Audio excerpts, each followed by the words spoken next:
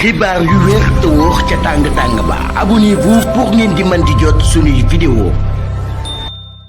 dal leen ak jàmm seen chaîne bi di Buzz 221HD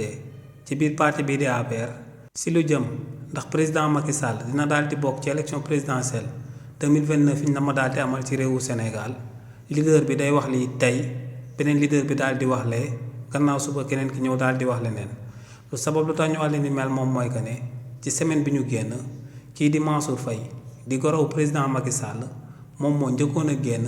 daal di xamal waa parti bii di APR que ne ci élection présidentielle 2029 yu ñu nama daal di amal ci réewu Sénégal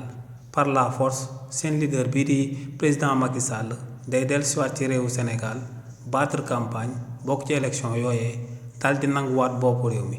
waaye nag ci même semaine bi la kii di Abdou Mbow di beneen leader bu daal di bokk ci parti bii di APR daal di démentir kii di Mansour Faye daal di wax que ne waa parti bii di APR ñoom ñoo war a daal di wàcc ci terrain bi muyee la maillot créer conditions yi nga xam ne moom moo war a daal di sabab président Macky Sall bàyyeekoo sa Maroc dellusiwaat ci réewu Sénégal samp candidature am battre campagne gagné élection présidentielle yu ñu war a daal di amal ci réewu Sénégal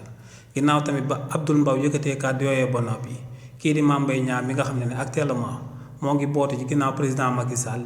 génnaat na daal di xamal waa parti bii di APR que ne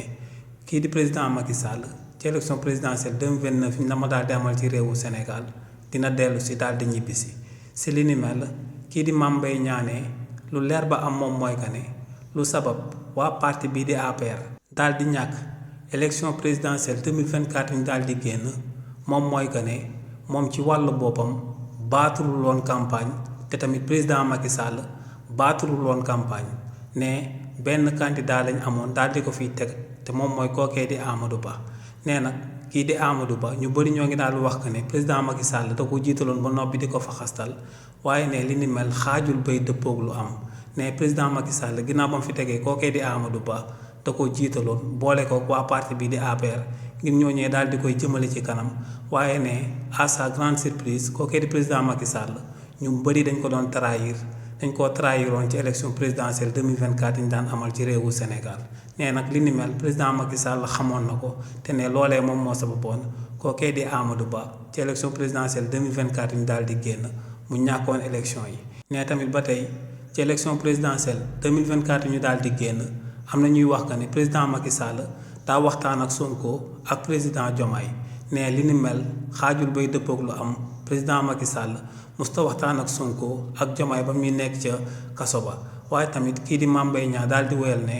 ginnaaw tamit waa parti bii di Pastef di daan baataral campagne am na ñu doon wax que ne président Macky Sall moom moo leen joxoon xaalis waaye ne lu leer ba am moom mooy que ne président Macky Sall musut a jox 1000 francs waa parti bii di Pastef bañ ñooñu bañuy agsi au pouvoir waaye tamit kii di Mame Mbaye Niang daal di wéyal ne lu leer ba am moom mooy que ne ñëpp ci sénégalais yi nga xam ne ñoom ñoo tabboon régime bu bees bi daal dinañu génn ci ñoom ne sëriñ yi imaam yi ak dignitaires yi nekk yépp ci réewu Sénégal génn nañ raxasu nañ ba set ci parti bi di Pastef te ne loolee dinañ ko daal di firndeel ci élection présidentielle 2029 yi ñu daal di na ma amal ci réewu Sénégal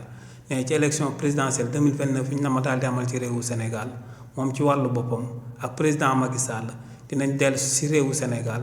battre campagne daal di nangu réew mi ndax ne lu leer ba moom mooy que ne ñu fi daal di tabb ñooñee dañoo daal di tële mënuñu donc lu leer ba moom mooy que ne après discours kookee di Mame Mbaye Niang mun nañoo daal di wax que ne ci parti bii di APR tey bu benn leader bi génnee daal di wax lii jëmale ko ci candidature président Macky Sall suba beneen leader bi day génn daal di wax lee jëmale ko ci président Macky Sall gannaaw suba am beneen leader bu génn daal di joxewaat beneen version bu wuutee jëmale ko ci candidature président Macky Sall.